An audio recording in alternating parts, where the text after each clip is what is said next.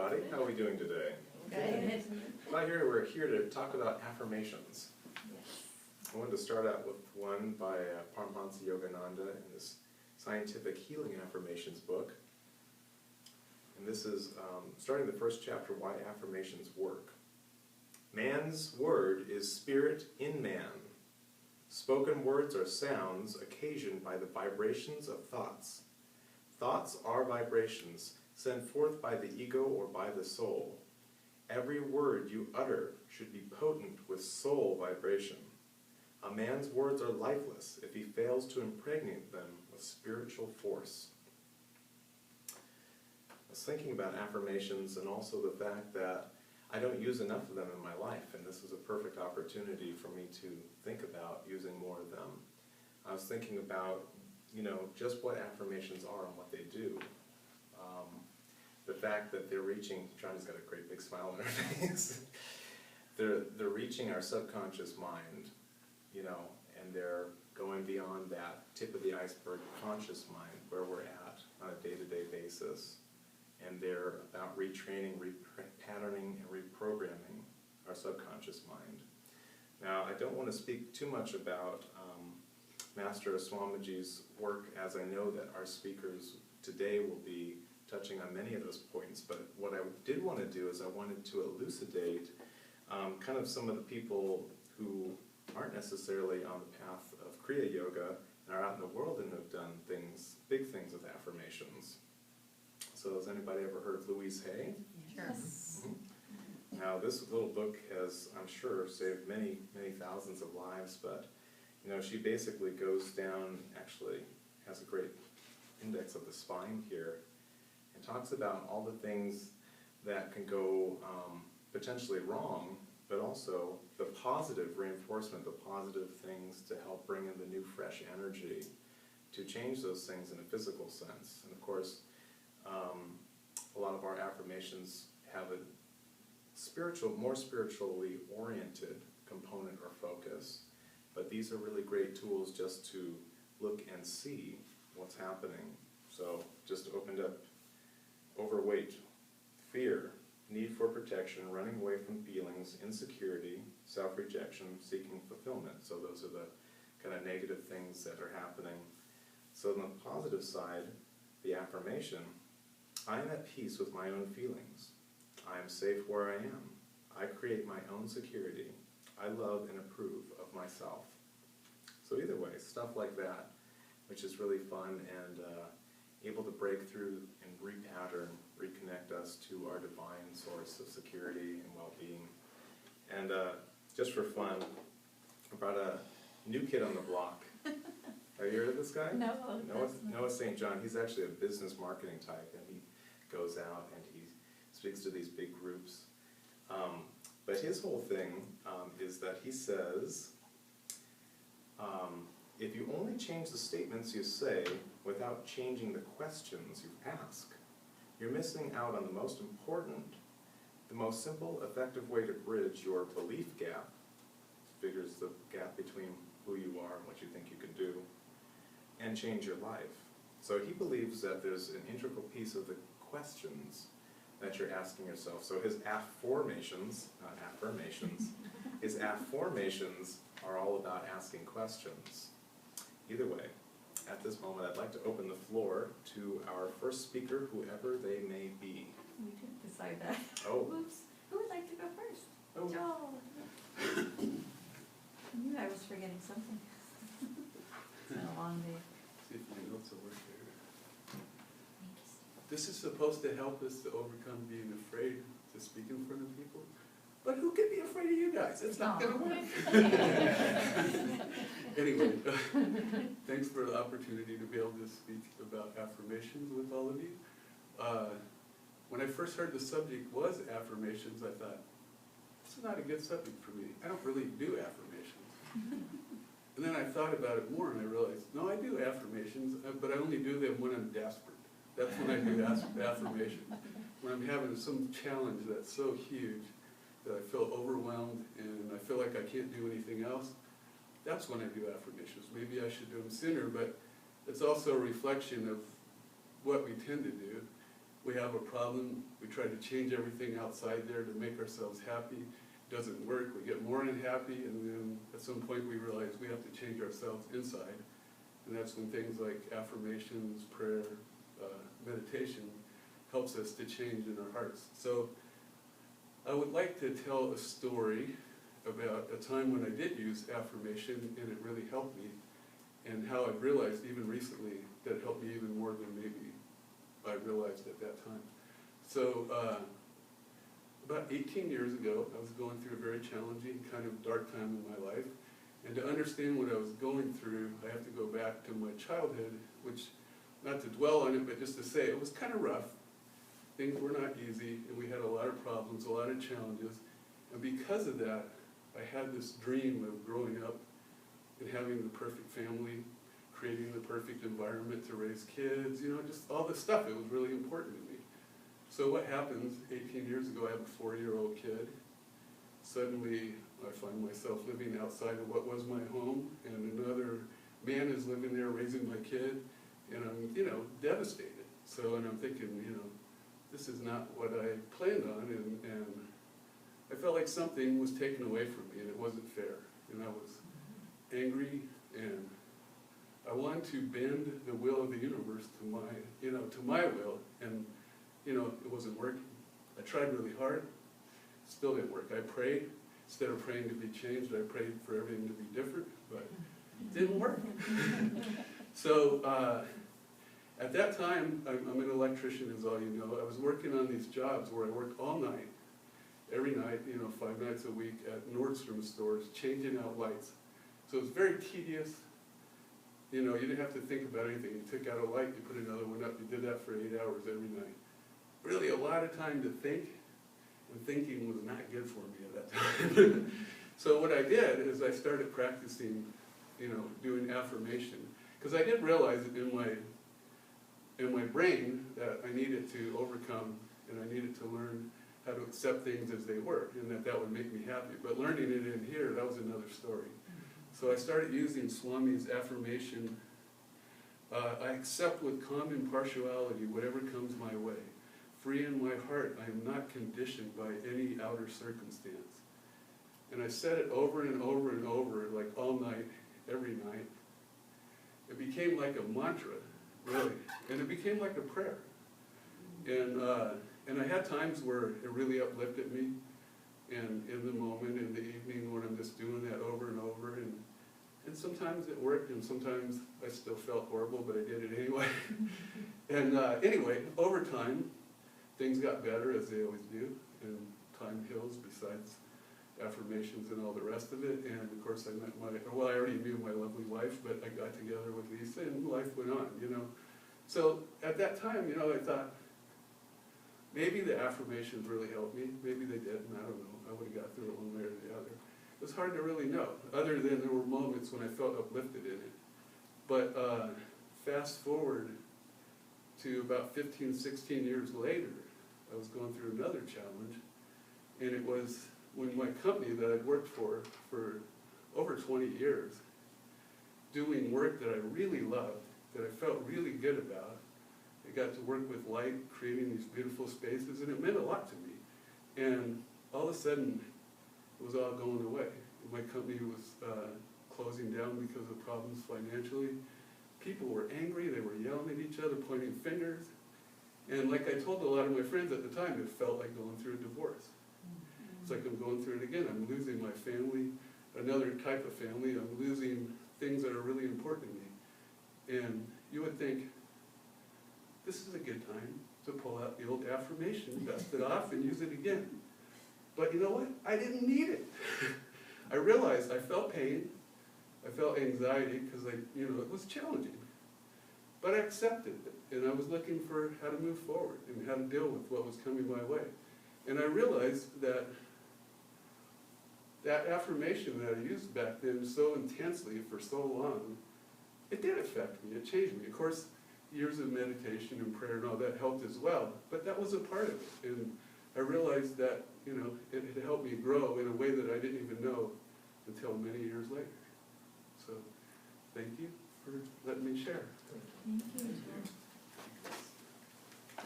you. I'd like to go next. Go ahead, go. She can move the camera. Hello there, my name is Tadhg. I'm here to offer some thoughts about affirmations. The reading Yogananda's book was really inspiring. He talks about that, well, one line in there is that we shouldn't waste time with negative thinking, and that we should entertain inspiring ideas. So what follows is inspiring ideas. The interesting thing about the affirmations is that it utilizes the ego. Some people have a reaction to ego. Well, are we supposed to overcome ego? Well, not necessarily. I took some time earlier today and imagined a character who was totally not humble, because I was trying to determine what about humility is so pleasing. And it was possible to imagine somebody who wasn't humble at all, but really loved others and was serviceful. And that is our higher self. We have an ego, but it's not the ego itself that causes us harm or harms others. It's thwarted desires. So anyways, we use the higher self to tune into these thoughts and qualities that we want to manifest in our lives.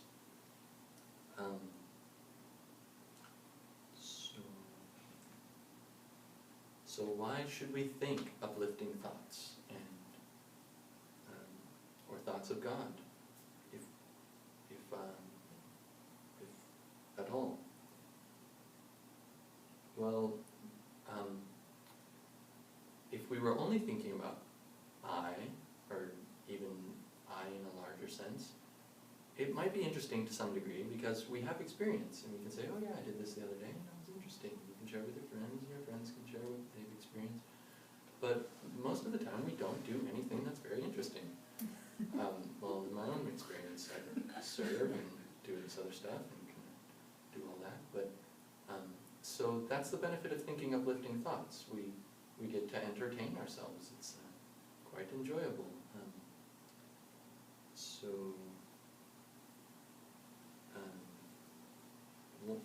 So one really uplifting thought was,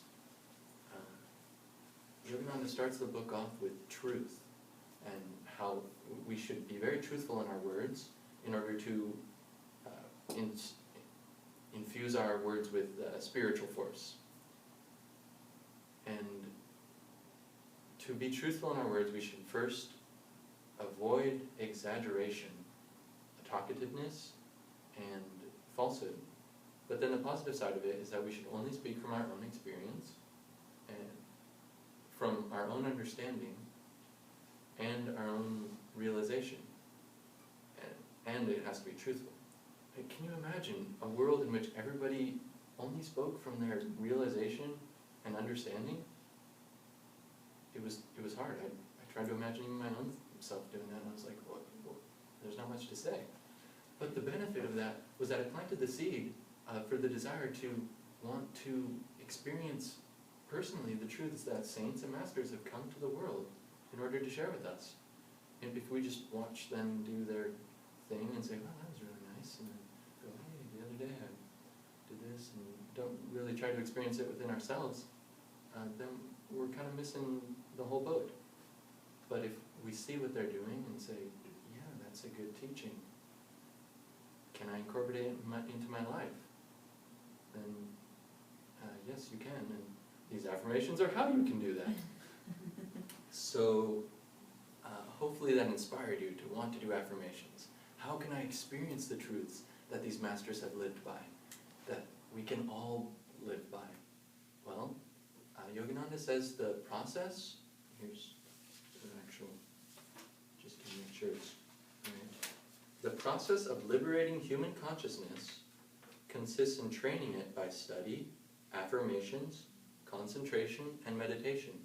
So the first step is study, and he gives this really great practice of reading for 1 hour, writing for 2 hours, and reflecting for 3 hours. And I tried that, and it took all day. And I didn't even finish it.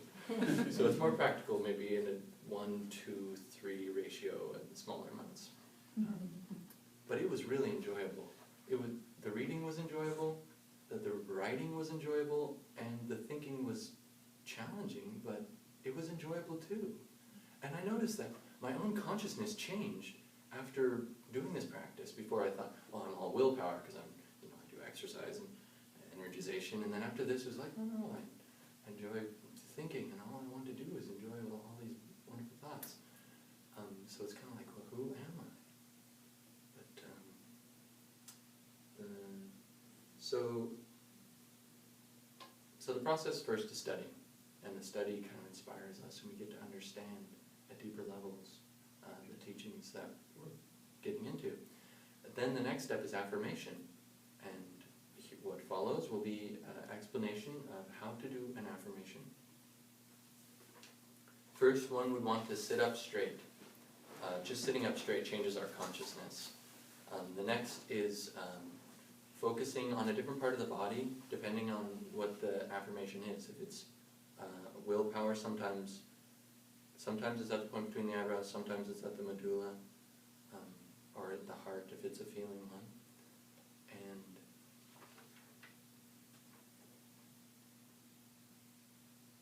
then reflect on the meaning of the affirmation. What is the goal we're trying to reach? If it's health, then what would health be? Is it just a healthy body, or is it vibrant vitality? Or if it's joy, what would joy be? What do I have to do to get to that joy? What are these words trying to communicate? Just for a small amount of time, and then keep the attention there, or wherever the affirmation is, and then start the affirmation, first loudly, and these are vibration bombs, so they should really be bombs, unless your roommate is sleeping, and then they should be a normal voice, but they're vibration bombs. So, and then kind of transition more into a normal speaking voice, and then into a whisper, and then when you get into a whisper, slow down a bit and have it be more of a tuning into the thoughts, and then when you're in the mind, then totally just think about the thoughts, and eventually those thoughts will lead you to a vibration, and that vibration will be depending on the affirmation. I'm not sure what all affirmations are, but the joy one brings joy to the heart, and then we should get to the stage where the chanting, the chanter, and the chant become one. I haven't gotten there yet, but it's really great just to get to joy and feel that.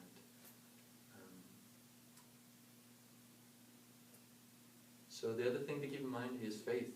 These affirmations were created on a superconscious level from a mind that doesn't have lack of this quality, so we can get there through this. It's kind of like following a train track. It's destined to go to its course. We just have to redirect the mind with effort and awareness back to the affirmation. Good luck. You can do it.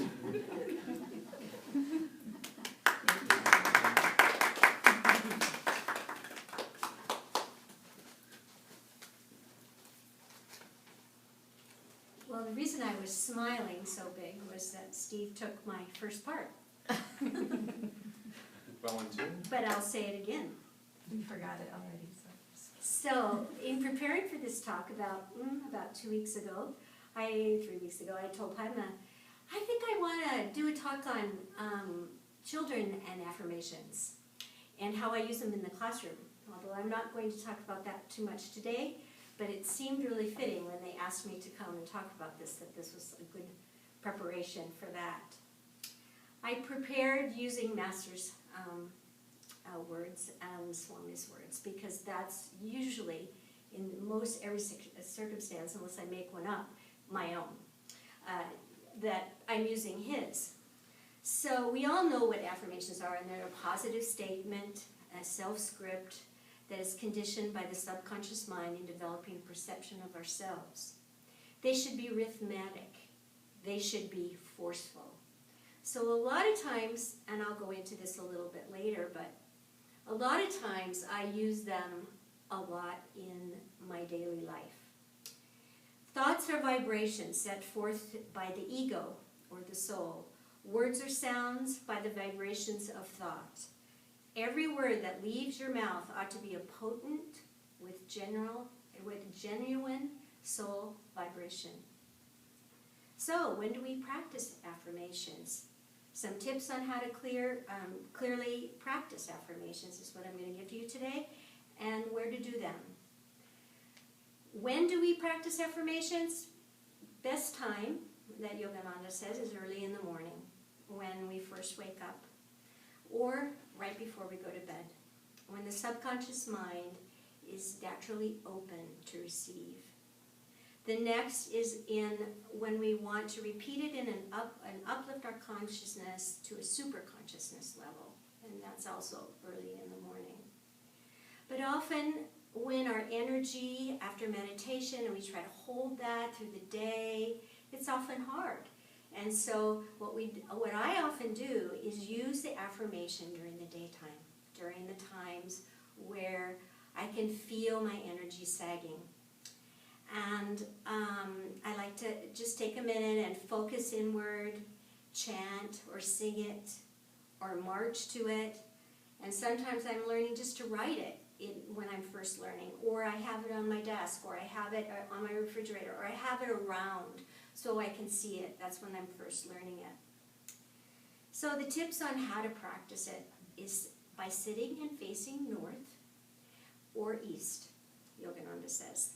We close our eyes and concentrate at the medulla, which was stated before by Tadhg, and take a couple deep breaths, inhaling and exhaling 3 times. Now, when I was preparing for this, and I was chatting with Joel, he just says, well, why don't you just stand up there and do yoga asanas the whole time? And I said, that'd be great, but I'm not leading a yoga class. But how often I use every one of them in my classes with the children and myself. So we relax the body. We focus on devotion in the heart. We will at the point between the eyebrows. We say it forcefully, rhythmically, silently, drawing that energy inward and upward between the eyebrows. We cast all doubts aside, and we leave the result to God. During the day, when my energy is withdrawn, sometimes I repeat it, as I said before. But one thing that Yogananda said is, besides, you cannot sow the vibrational power of the seed in the world of cosmic consciousness and then pick it up every minute to see if it's working. You have to see if it's germinated, is what he calls it, into your desire. So let it be. So where do we practice affirmations? Ideally, we practice in our meditation room, but for me, it's all the time. I use them as I feel my energy dropping. I chant to God inwardly. And some of my favorites that I use over the years have really helped me. When I'm doing a project and I feel my energy sagging, I just keep that positive focus and not let any negativity come around me. Some of my favorites: I shall go forth in perfect faith in the power of omnipresent good to bring me what I need when I need it. I'm awake and energetic and enthusiastic. I give my full attention to everything I do, knowing that in absolute consciousness I can find God. My outer life is a reflection of my inner thoughts, filled with the joy of God. I accept His joy and harmony in everything I do. That's the one I march to. I love that one. Change no circumstances, change me. I live by God's protected infinite light. So long as I remain in the heart of it, nothing and no one can break through these walls and harm me. I am what I am, wishing cannot change me. Let me face my faults with gratitude, and for only by facing them can I work on them and change them. And how can I forget some of them? I have to tell you, I am master of my energy. I am master of myself. I use that one a lot with children. So, when I have one little ending to my story. I was sitting actually it was in Sunday school. And I had a group about, I don't know, there was about 8 of us at that day. And I asked them, I said, so, one by one, when did you think of God last week? And each one of them, oh, when I prayed it, my blessing or whatever.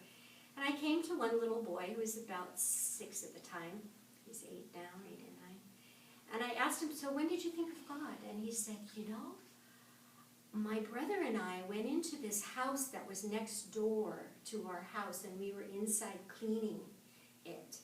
And there was this note up on the wall, because the man had passed away, and they were cleaning out the attic or whatever, I'm not really sure what it was, and the sign that they saw said, God has everything under control. And I thought, oh, how sweet that he's telling me this. And God, he knows our hearts.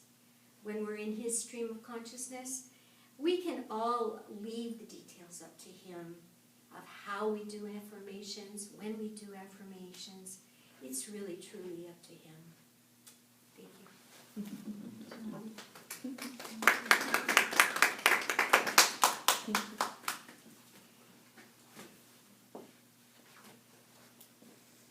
I thought I'd end the session by talking about just the beautiful gift that both Master and Ananda have given us. Just the idea that affirmations, when coupled with prayer and truly opening up to that divine source, really give us the power and the magnetism to change our lives and also to awaken us. So I want to, affirmation is only the first step to self-healing. We must do our human part. Without additional power from God, however, our efforts are forever incomplete. Affirmation, in other words, should end with prayer. Why should one pray only after repeating the affirmations? Why not before? Prayer is always good, certainly, but if it isn't uttered with an affirmative consciousness, it can easily become weak and beggarly. A plea that God do all the work without man's active participation. Effective prayer is never passive. It is full of faith. It matures in an attitude of affirmation. I'd like to practice one of my favorite affirmations for peace of mind. So let's sit up straight. Let's take those 3 deep inhaling breaths.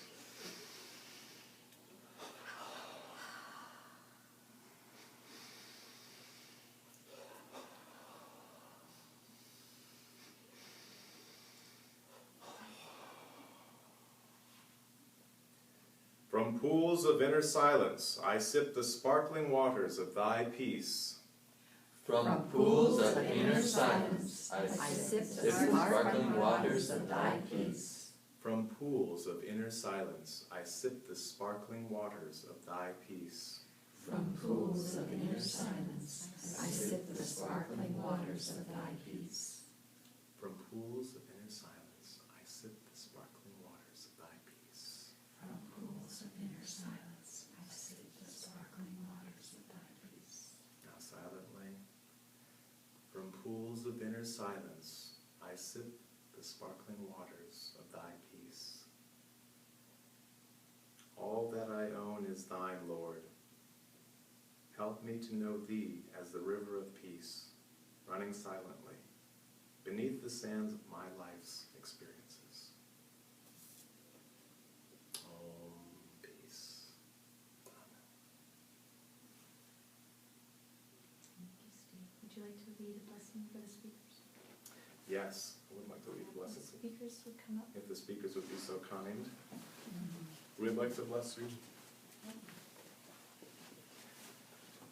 Let's see these great souls surrounded by Master and Swamiji's light. Rubbing our hands together, magnetizing